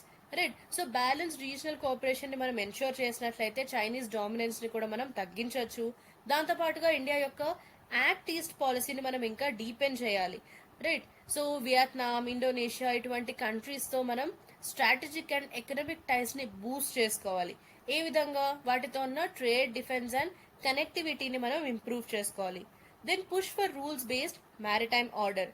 So advocate adherence to UNCLOS and we have to safeguard freedom of navigation in South China Sea. So last week మనం South China సీకి సంబంధించిన ఒక article కూడా discuss చేసాం.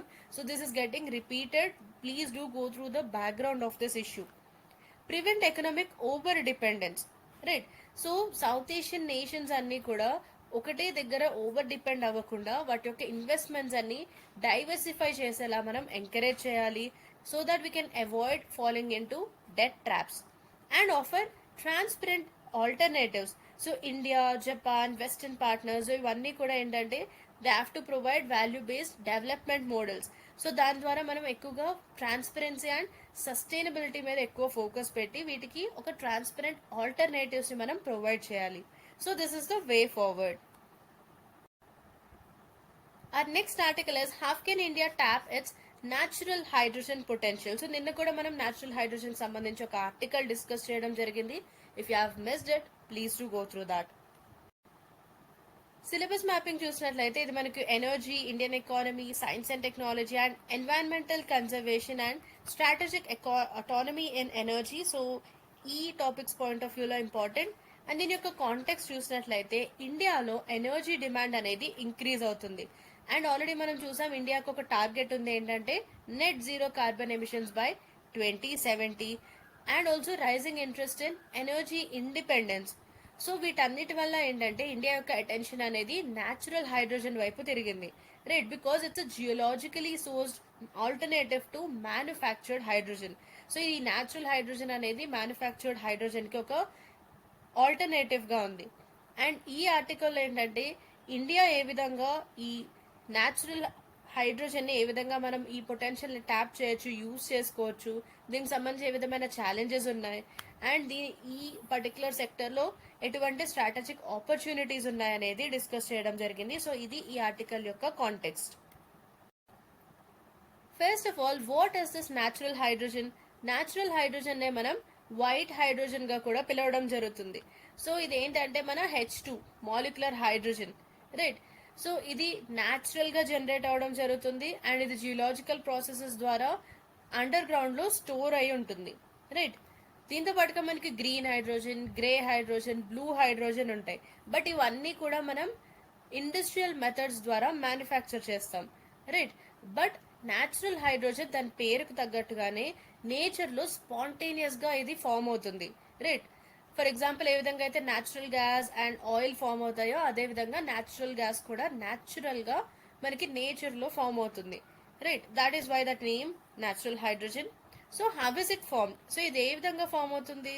ఇది నేచర్లో form అవుతుంది అని చెప్పుకున్నాం, బట్ ఎలా? Let's have a look at it. Natural hydrogen is produce through water rock reactions. So నిన్నటి ఆర్టికల్లో మనకి క్లియర్గా ఈ సర్పెంటైనైజేషన్ ప్రాసెస్ అంటే ఏంటి, రేడియోలిసిస్ ప్రాసెస్ అంటే ఏంటి అనేది మనం డిస్కస్ చేయడం జరిగింది, right. So this is the same process, serpentinization of ultra basic rocks. అదేవిధంగా radiolysis, that means break down of water by natural radioactive decay in rocks. So మనకి రాక్స్ లో న్యాచురల్ రేడియో యాక్టివ్ డీకే జరుగుతుంది, so దానివల్ల water యొక్క break down జరుగుతుంది. So ఆ process లో natural hydrogen form అవుతుంది. Then biological or volcanic processes ద్వారా కూడా న్యాచురల్ హైడ్రోజన్ ఫామ్ అవుతుంది. దాంతోపాటుగా decomposition of organic matter or iron oxidation. So ఈ డిఫరెంట్ వేస్ ద్వారా మనకు న్యాచురల్ హైడ్రోజన్ అనేది ఫామ్ అవుతుంది, రిమెంబర్ దిస్. సో దీని యొక్క కీ క్యారెక్టరిస్టిక్స్ చూసినట్లయితే ఇది మనకు అండర్ గ్రౌండ్ రిజర్వాయర్స్ లేదా రాక్ ఫార్మేషన్స్ లో ఇది ఫామ్ అవుతుంది. అండ్ దీనికి సంబంధించి మనకు చాలా తక్కువ కార్బన్ ఎమిషన్స్ జరుగుతాయి ఎక్స్ట్రాక్షన్ చేసేటప్పుడు, లేదా జీరో కార్బన్ ఎమిషన్స్ జరుగుతాయి, right. So either zero carbon emissions లేదా చాలా తక్కువ amount of carbon emissions. And it highly diffuses and hard to detect. So it needs special exploration methods. So దీన్ని detect చేయడం కొంచెం కష్టం. సో దీనికి సంబంధించి కొంచెం స్పెషల్ ఎక్స్ప్లోరేషన్ మెథడ్స్ అనేవి ఫాలో అవ్వాల్సి ఉంటుంది. అండ్ ఇది గ్రీన్ హైడ్రోజన్ కంటే కూడా చీప్గా ఉంటుంది if found in large quantities. Then emergence of natural hydrogen as a focus area. India's hydrogen mission 2021.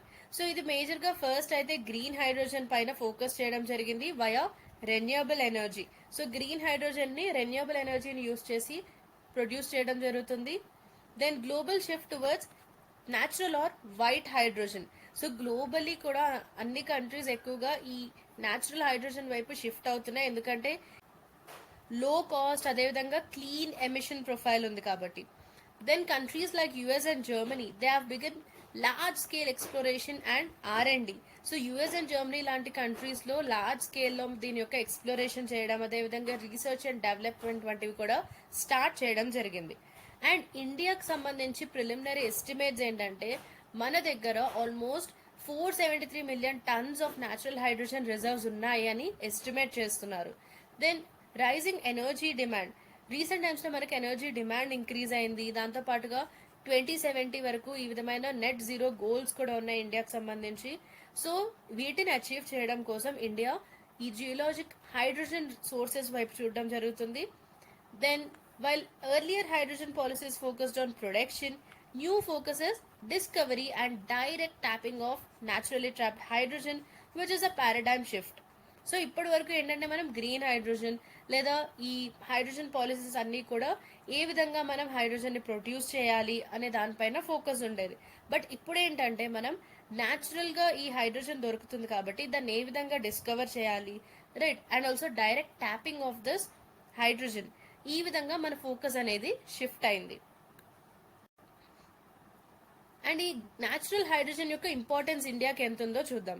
Energy security, harnessing domestic natural hydrogen it can reduce import dependency and enhance energy sovereignty. So మనకు డొమెస్టిక్గా మన కంట్రీలోనే natural hydrogen కనుక మనకు దొరికినట్లయితే import dependency obviously మనకు తగ్గుతుంది, right. And energy sovereignty increase అవుతుంది. Then coming to economic efficiency, మనం ఇంతకు ముందు చెప్పుకున్నట్లుగా గ్రీన్ హైడ్రోజన్తో కంపేర్ చేసుకున్నప్పుడు వైట్ హైడ్రోజన్ అనేది cheaper, right. So it bypasses the need for electricity based electrolysis. Then strategic autonomy, so it gives India an edge in global hydrogen diplomacy and clean fuel టెక్నాలజీస్లో India యొక్క self reliance కూడా పెరుగుతుంది. Then coming to climate commitments, natural hydrogen వలన India యొక్క 2070 net zero goals ఏవైతే ఉన్నాయో వీటిని మనం అడిషనల్ ఎమిషన్స్ లేకుండా మీట్ అయ్యే అవకాశం ఉంది. And first mover advantage, India it can join early global leaders in the nascent energy space, setting standards and attracting investments. Right. So చాలా కొన్ని కంట్రీస్ మాత్రమే ఈ విధమైన ఎనర్జీ స్పేస్ లో ఉన్నాయి. సో ఇండియా వీటిని జాయిన్ అయినట్లయితే మనం కొన్ని స్టాండర్డ్స్ సెట్ చేయొచ్చు. అండ్ అదేవిధంగా వేరే కంట్రీస్ నుండి ఇన్వెస్ట్మెంట్స్ ని కూడా మనం అట్రాక్ట్ చేయగలం. And natural hydrogen, it offers a unique opportunity to align economic and environment goals. So దీన్ని స్ట్రాటజిక్ గా మనం ట్యాప్ చేసినట్లయితే economic goals and environment goals రెండింటినీ కూడా మనం అచీవ్ చేయగలిగే ఈ యునీక్ ఆపర్చునిటీ అయితే ఉంది న్యాచురల్ హైడ్రోజన్ వలన. అండ్ ఈ న్యాచురల్ హైడ్రోజన్ యొక్క ఎక్స్ప్లోరేషన్ అండ్ యూటిలైజేషన్ కి సంబంధించి కొన్ని ఛాలెంజెస్ ఉన్నాయి. సో ఈ ఛాలెంజెస్ ఏంటంటే మనకు పాలసీ అండ్ ఫండింగ్ గ్యాప్స్ ఉన్నాయి. బికాస్ ప్రస్తుతం మనకున్న హైడ్రోజన్ పాలసీ ఏదైతే ఉందో అది గ్రీన్ హైడ్రోజన్ పైనే ఫోకస్ చేసింది. రైట్. న్యాచురల్ హైడ్రోజన్ ఇంకా మనం కవర్ చేయలేదు దీని యొక్క రెగ్యులేటరీ ఆర్ ఇన్సెంటివ్ ఫ్రేమ్వర్క్స్ లో. రైట్. Then exploration complexity. ఈ న్యాచురల్ హైడ్రోజన్ ని లొకేట్ చేయడం and also underground hydrogen ని క్వాంటిఫై చేయడం, అంటే ఇది ఎంత క్వాంటిటీలో ఉంది అనేది డిటెక్ట్ చేయడం, ఇవన్నీ కూడా కొంచెం డిఫికల్ట్. ఎందుకంటే మనకు జియోలాజికల్ డేటా కొంత లిమిటెడ్ గా ఉంది. Then coming to the technological barriers. ఈ పర్టికులర్ న్యాచురల్ హైడ్రోజన్ ని మనం ఎక్స్ప్లోర్ చేయాలంటే కొన్ని స్పెషల్ ఎక్విప్మెంట్స్ ఉండాలి. రైట్.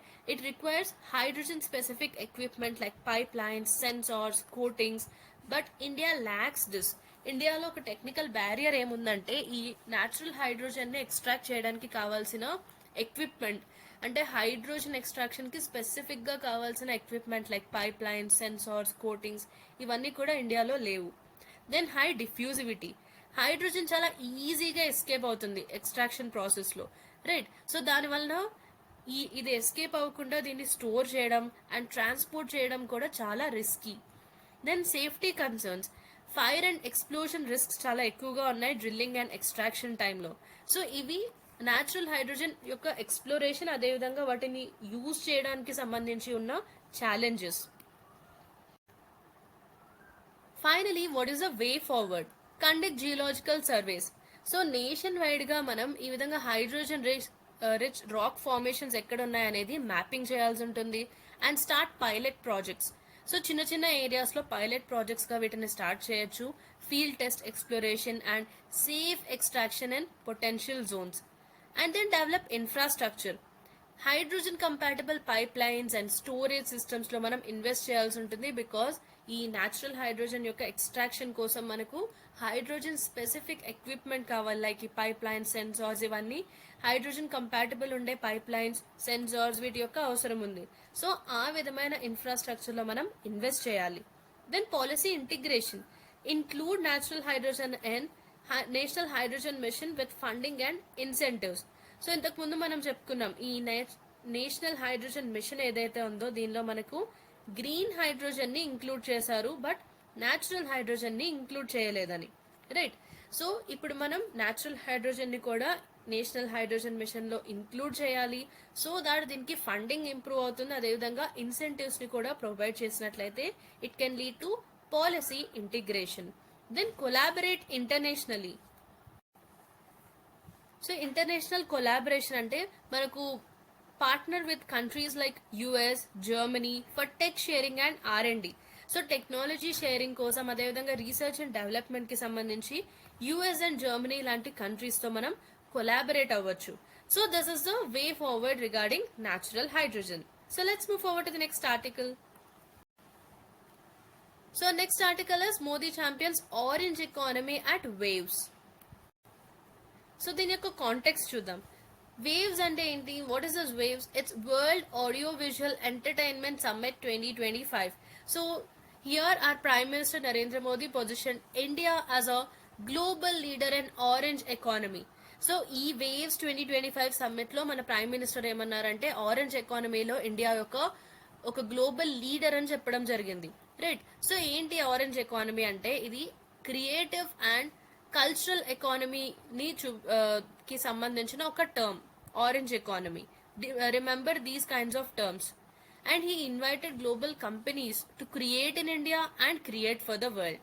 సో ఈ విధమైన స్లోగన్ ఇచ్చి గ్లోబల్ కంపెనీస్ ని కూడా ఇన్వైట్ చేయడం జరిగింది to create in India and create for the world.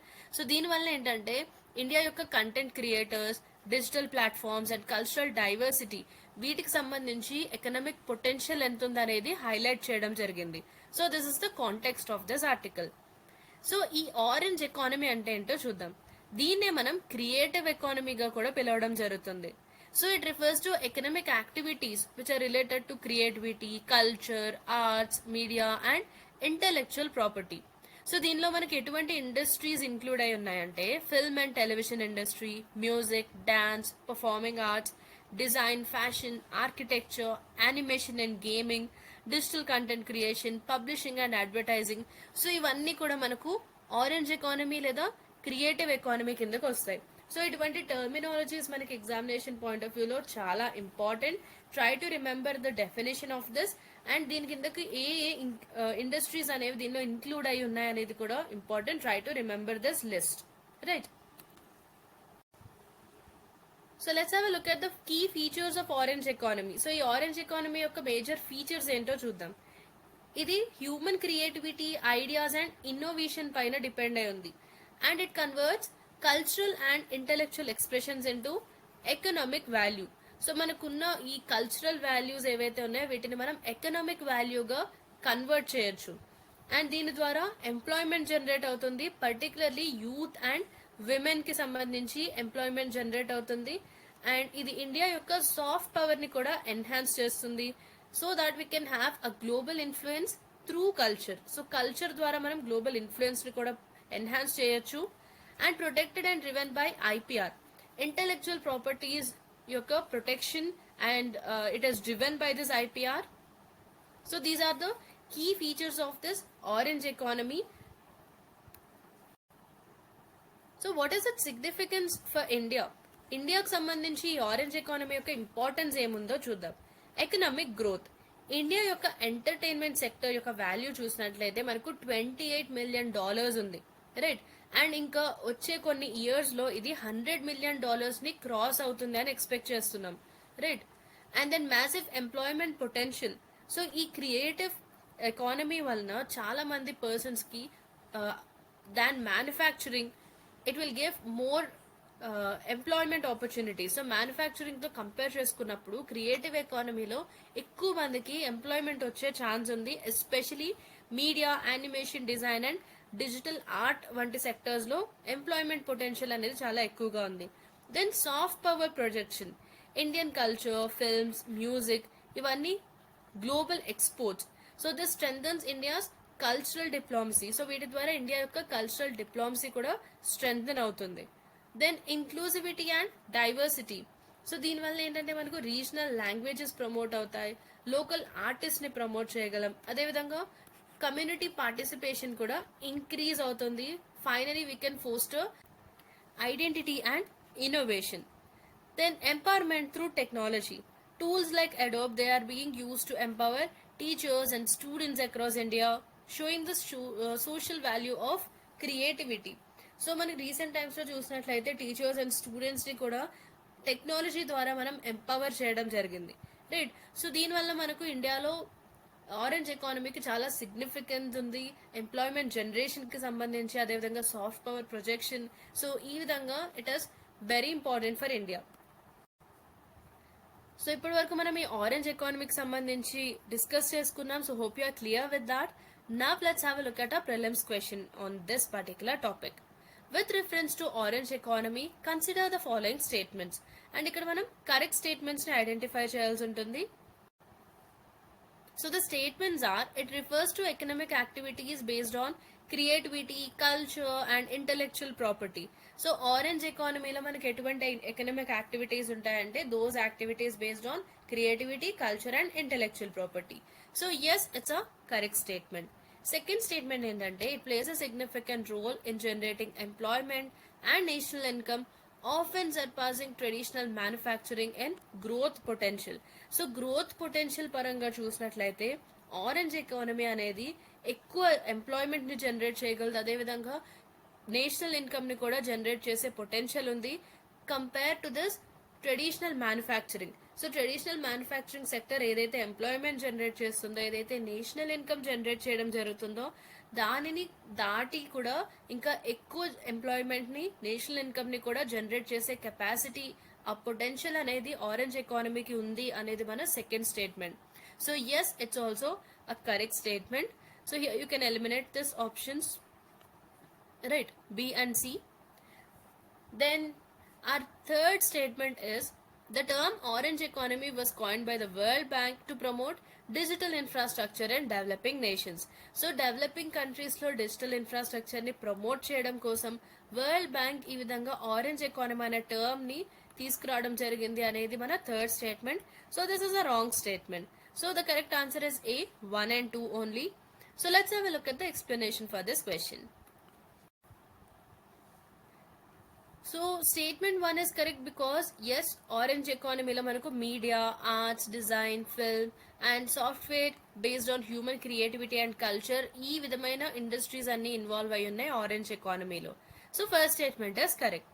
Second statement ఎందుకు కరెక్ట్ అంటే yes, it's a major employment generator especially for youth and women, right. So ఇంతకు ముందు మనం చూసాం ఆల్రెడీ, ఈ ఆరెంజ్ ఎకానమీ వలన చాలా వరకు ఎంప్లాయ్మెంట్ అనేది కూడా జనరేట్ అవుతుంది, ఎస్పెషలీ యూత్ అండ్ విమెన్ కి సంబంధించి ఎక్కువ ఎంప్లాయ్మెంట్ ఆపర్చునిటీస్ అయితే ఇది ప్రొవైడ్ చేయడం జరుగుతుంది.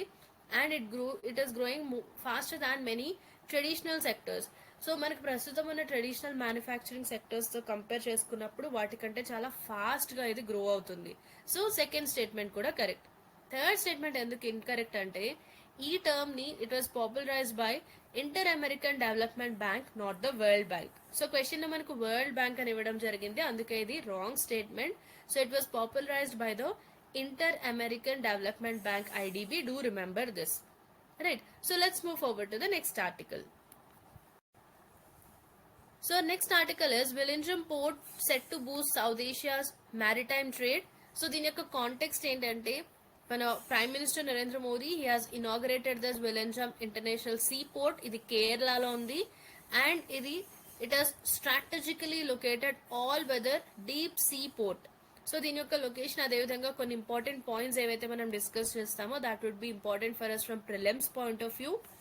So this port it is expected to become a major transshipment hub, right. So దీనివల్ల ఏంటంటే ఇండియా ఏదైతే ఫారిన్ పోర్ట్స్ మీద డిపెండ్ అవుతుందో ఆ డిపెండెన్సీని తగ్గించవచ్చు. దాని ద్వారా మనం సౌత్ ఏషియా మ్యారిటైమ్ ట్రేడ్ ని కూడా ఇంప్రూవ్ చేసుకోవచ్చు through the use of artificial intelligence enabled systems. So ఇది ఈ ఆర్టికల్ యొక్క context. Now let's have a look at the importance of this port. So ఈ పోర్ట్ ఇప్పుడు మనకి న్యూస్ లో ఉంది కాబట్టి దీని యొక్క లొకేషన్, అదేవిధంగా దీని యొక్క ఇంపార్టెన్స్ ఏంటనేది మనం చూద్దాం. Strategic transshipment hub.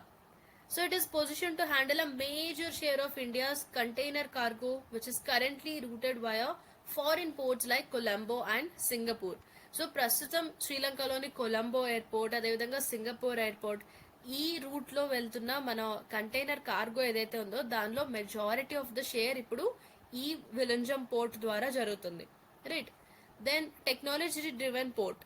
సో ఇది కొత్త పోర్ట్. సో ఈ పోర్ట్ లో ఏంటంటే మనకు కొత్తగా AI based control room, artificial intelligence based control room, vessel traffic and management system VTMS, so వీటిని ప్రొవైడ్ చేయడం జరిగింది ఈ పోర్ట్ లో. అండ్ ఈ సిస్టమ్ ని డెవలప్ చేసింది IIT Madras and maritime technology private limited. And this is for real time vessel tracking and port optimisation. So real time లో time to time vessel యొక్క ట్రాకింగ్ కి ఇది హెల్ప్ అవుతుంది. Then boost to national revenue. ఇండియాలో మనకు every year almost $200 to $220 million అనేవి loss అవుతున్నాయి due to foreign port dependency. So మనం ఫారిన్ పోర్ట్స్ పైన డిపెండ్ అవ్వడం వల్ల ఇంత అమౌంట్ ఆఫ్ లాసెస్ అనేవి మనం చూస్తున్నాం. సో ఆ లాసెస్ ని మనం తగ్గించుకోవడం జరుగుతుంది దీనివల్ల. సో ఆ లాసెస్ తగ్గితే ఏమవుతుంది, మన నేషనల్ రెవెన్యూ అనేది ఇంక్రీజ్ అవుతుంది, right. Then regional trade competitiveness. India role in South Asia's maritime trade, it would be enhanced, and this would also reduce turnaround time and increasing export efficiency. So south Asian reason లో India యొక్క maritime trade enhance అవుతుంది, దాంతో పాటుగా turn around time తగ్గుతుంది, and finally export efficiency ఇండియాకి సంబంధించి increase అవుతుంది, right. So ఇది ఈ పోర్ట్ యొక్క importance. Try to remember this since it's in news in the recent times. Then Make in India logistics push supports national goals of infrastructure-led growth, logistics modernization and maritime autonomy. And ఇక్కడ ఈ article కి సంబంధించి మనకి important prelims concepts ఏంటంటే Vizhinjam international sea port. So దీని యొక్క location చూసినట్లయితే కేరళలోని తిరువనంతపురంలో ఉంది. అండ్ ఇది India's first deep sea all weather international transshipment port. And this is design to reduce dependency on foreign ports. So దీని యొక్క మేజర్ ఎయిమ్ ఏంటంటే మనకు ఫారిన్ పోర్ట్స్ పైన ఏదైతే డిపెండెన్సీ ఉందో ఆ డిపెండెన్సీని తగ్గించడానికి దీన్ని డిజైన్ చేయడం జరిగింది. Then transshipment port. సో ఇప్పటి వరకు మనం ఈ టర్మ్ యూస్ చేస్తున్నాం ట్రాన్స్షిప్మెంట్ అని. సో అంటే ఏంటో చూద్దాం. It's a port where containers are transferred from one vessel to another for onward shipment. అంటే మనకు ఒక పర్టికులర్ ప్లేస్ నుండి ఇంకొక ప్లేస్ వరకు ఒక పర్టికులర్ వెజల్ ఏలో కొన్ని కంటైనర్స్ ఉన్నాయి, రైట్. సో ఈ ప్లేస్ నుండి ఈ ప్లేస్ వచ్చిన తర్వాత ఏం చేస్తారంటే ఈ వెజల్ ఏ నుండి ఈ కంటైనర్స్ ని వెజల్ బికి చేంజ్ చేయడం జరుగుతుంది, రైట్. సో ఈ విధంగా ట్రాన్స్ఫర్ చేస్తారు. ఇదే ఒక transshipment port. So this is key for reducing logistics cost and turnaround time. So ఈ విధంగా కంటైనర్స్ అనేవి ఒక వెజల్ నుండి ఇంకొక వెజల్ కి ట్రాన్స్ఫర్ చేయడం జరుగుతుంది at a transshipment port. So by the name itself you can understand transshipment port, right. Remember the meaning of this. Then Sagarmala project. So it's a flagship port-led development program. ఇది ministry of ports, shipping and waterways కింద ఉంది.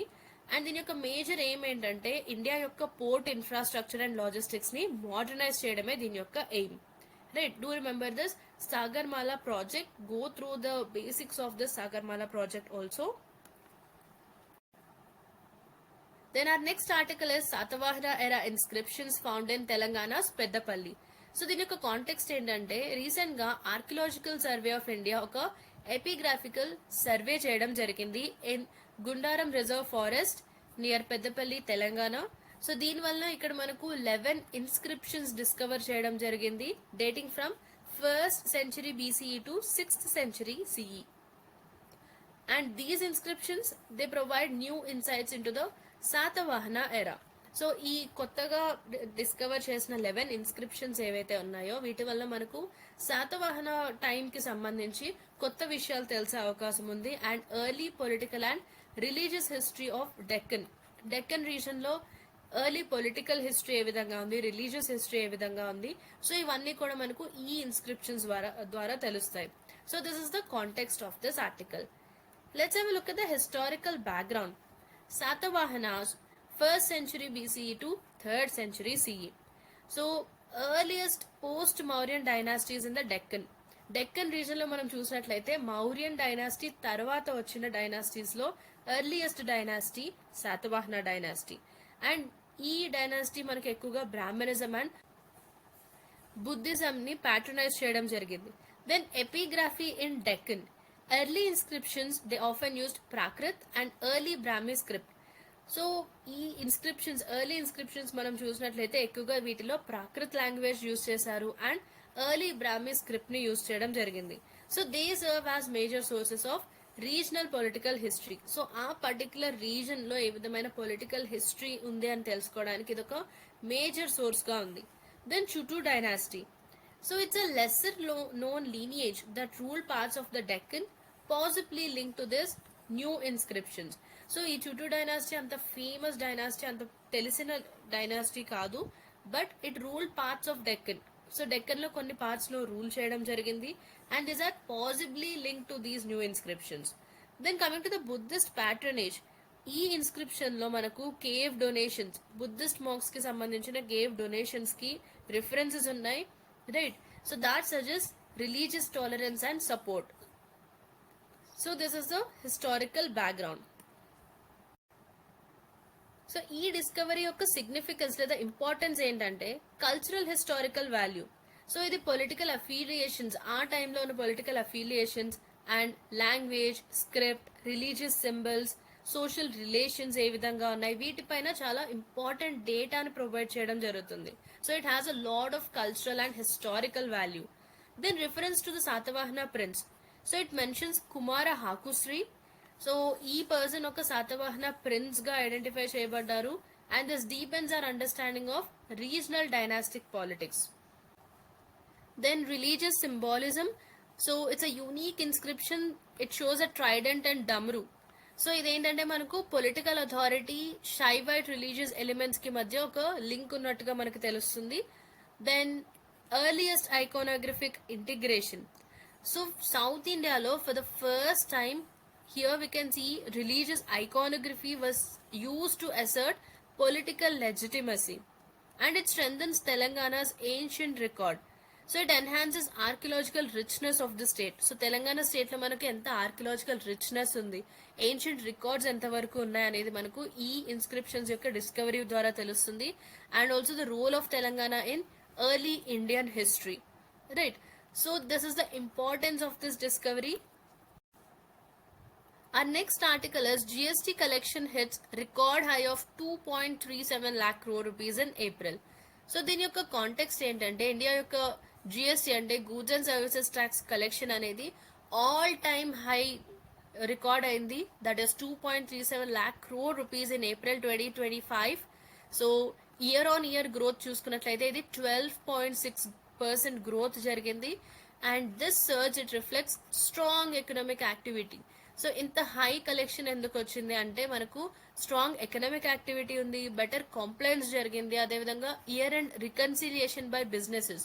So వీటి వలన ఈ విధమైన collection అనేది రావడం జరిగింది. This is the context of this article. So దీనికి సంబంధించిన ప్రిలిమ్స్ కాన్సెప్ట్స్ చూసినట్లయితే GST and related terms. Goods and services tax ఇది ఒక డెస్టినేషన్ బేస్డ్ ఇండైరెక్ట్ ట్యాక్స్. దీన్ని గూడ్స్ అండ్ సర్వీసెస్ యొక్క సప్లై పైన ఇంపోజ్ చేయడం జరుగుతుంది.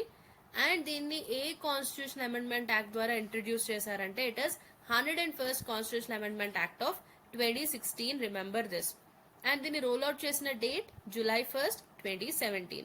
సో ఇది మనకు జిఎస్టీకి సంబంధించిన basics that we have to know. Then coming to the types of GST. So దీనిలో మనకి డిఫరెంట్ టైప్స్ ఉన్నాయి. CGST, central GST. దీన్ని సెంట్రల్ గవర్నమెంట్ కలెక్ట్ చేయడం జరుగుతుంది ఆన్ ఇంట్రా స్టేట్ సేల్స్. అంటే స్టేట్ లోపల within the state intra state sales పైన central government దీన్ని కలెక్ట్ చేయడం జరుగుతుంది. Then SGST, state GST. దీన్ని స్టేట్ గవర్నమెంటే కలెక్ట్ చేస్తుంది on intra state sales. And IGST, integrated GST. దీన్ని సెంట్రల్ గవర్నమెంట్ కలెక్ట్ చేయడం జరుగుతుంది on inter state between different states. And import export transactions వీటిపైన దీన్ని ఇంపోజ్ చేయడం జరుగుతుంది. Then cess. సెస్ అనేది మనకు luxury goods and sin goods పైన ఇంపోజ్ చేయడం జరుగుతుంది so that we can compensate the states. So states ని కాంపన్సేట్ చేయడం కోసం ఈ విధంగా లగ్జరీ గూడ్స్ పైన, సిన్ గూడ్స్ పైన కొంత సెస్ అనేది లివై చేయడం జరుగుతుంది, ఇంపోజ్ చేయడం జరుగుతుంది. అండ్ దాని ద్వారా స్టేట్స్ ని కాంపన్సేట్ చేస్తారు, right? So remember these types of GST. Then GST council. So ఇది ఆర్టికల్ 279A కింద ఒక కాన్స్టిట్యూషనల్ బాడీగా ఉంది. Remember this article. అండ్ దీని యొక్క chairman union finance minister. And it is responsible for rate fixation, exemptions and dispute resolution. Then input tax credit ITC. So this is a mechanism allowing businesses to claim credit for taxes paid on purchases, reducing tax liability. So businesses యొక్క tax లైబిలిటీని తగ్గించుకోవడం కోసం ఏం చేస్తారంటే ఏదైతే purchase చేసినప్పుడు tax pay చేయడం జరుగుతుందో దానిపైన ఆ క్రెడిట్ ని క్లెయిమ్ చేస్తారు, right? So they claim the credit for the taxes paid on purchases. So అదే మన input tax credit.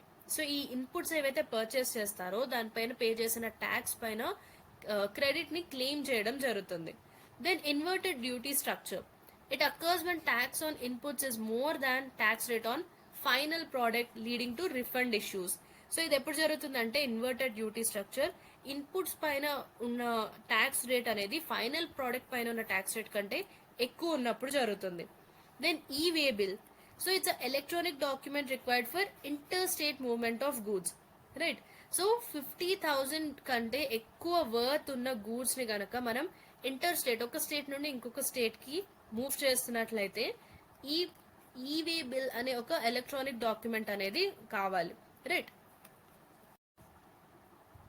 Then our next article is IIA team charts shifts in plasma beneath solar surface that could influence Earth. So దీని యొక్క context ఏంటంటే Indian Institute of Astrophysics US యొక్క researchers తో కలిసి ఒక study చేయడం జరిగింది. That is plasma flows beneath the sun surface. Right. So sun surface కింద ఒక జోన్ ఉంటుంది. ఆ జోన్ లో ఈ ప్లాస్మా ఫ్లో ని స్టడీ చేయడం జరిగింది. The zone is called near surface shear layer. So these plasma currents they shift with sun's magnetic cycle. So మీరు జాగ్రఫీలో చదువుకుని ఉంటారు సన్ యొక్క మ్యాగ్నెటిక్ సైకిల్ గురించి. సో దీని షిఫ్ట్ తో పాటు ప్లాస్మా కరెంట్స్ కూడా షిఫ్ట్ అవుతున్నాయి. Right. So this can influence space weather. ఈ విధమైన చేంజెస్ వల్ల ఏమవుతుంది, స్పేస్ వెదర్ పైన ఇన్ఫ్లుయెన్స్ ఉంటుంది. దాంతోపాటు సోలార్ ఫ్లేర్స్ వచ్చే అవకాశం ఉంది అండ్ సోలార్ స్టార్మ్స్. దీనివల్ల మన satellites, communication systems and earth పైన ఉన్న పవర్ గ్రిడ్స్ కూడా ఎఫెక్ట్ అవుతాయి. అండ్ ఈ ఫైండింగ్స్ వలన it helps the scientist understand have internal solar movements or link to magnetic activity. So magnetic యాక్టివిటీకి అండ్ సన్ లోపల ఉన్న మూవ్మెంట్స్ కి, ఇంటర్నల్ మూవ్మెంట్స్ కి మధ్య ఉన్న లింక్ ని స్టడీ చేయడం జరుగుతుంది. And that will allow better prediction of solar behaviour and it's impact on earth. So ఈ లింక్ మనకు తెలిసినట్లయితే సోలార్ బిహేవియర్ ని మనం ప్రెడిక్ట్ చేసే అవకాశం ఉంటుంది. అండ్ దాని ద్వారా ఎర్త్ పైన ఏ విధమైన ఇంపాక్ట్ ఉందనేది కూడా మనం స్టడీ చేయొచ్చు. ఇది ఈ ఆర్టికల్ యొక్క కాంటెక్స్ట్. సో ఈ ఆర్టికల్ కి సంబంధించి మన ప్రిలిమ్స్ కాన్సెప్ట్స్ ఏంటంటే near surface shear layer. So Sons surface కింద మనకు ఆల్మోస్ట్ 35,000 కిలోమీటర్స్ డీప్ ఉన్న ఒక ప్లేస్ ఏంటి అంటే this NSSL near surface shear layer. And this is characterised by changing rotational flows of plasma. So ఈ లేయర్ లో ఏంటంటే ప్లాస్మా రొటేట్ అవుతూ ఉంటుంది అండ్ దీని యొక్క డైరెక్షన్ అనేది చేంజ్ అవుతూ ఉంటుంది, changing rotational flows of plasma. And ఇది సన్ యొక్క మ్యాగ్నెటిక్ సైకిల్లో అదేవిధంగా సోలార్ యాక్టివిటీకి సంబంధించి చాలా ఇంపార్టెంట్ రోల్ ప్లే చేస్తుంది. So what is this plasma? It's a superheated electrically charged gas and దీన్ని ఫోర్త్ స్టేట్ ఆఫ్ మ్యాటర్ గా కూడా చెప్పడం జరుగుతుంది.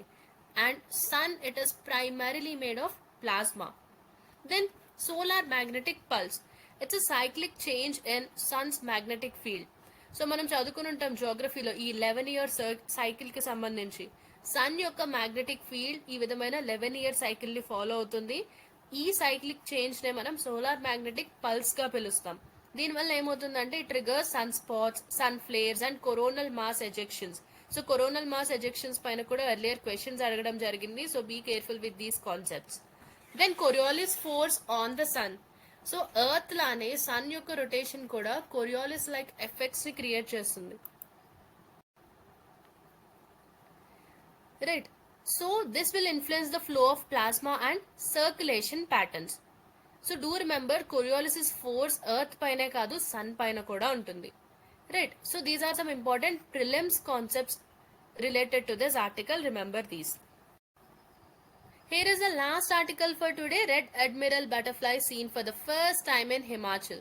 So దీని యొక్క కాంటెక్స్ట్ ఏంటంటే మనకు first time ever a butterfly species called European Red Admiral.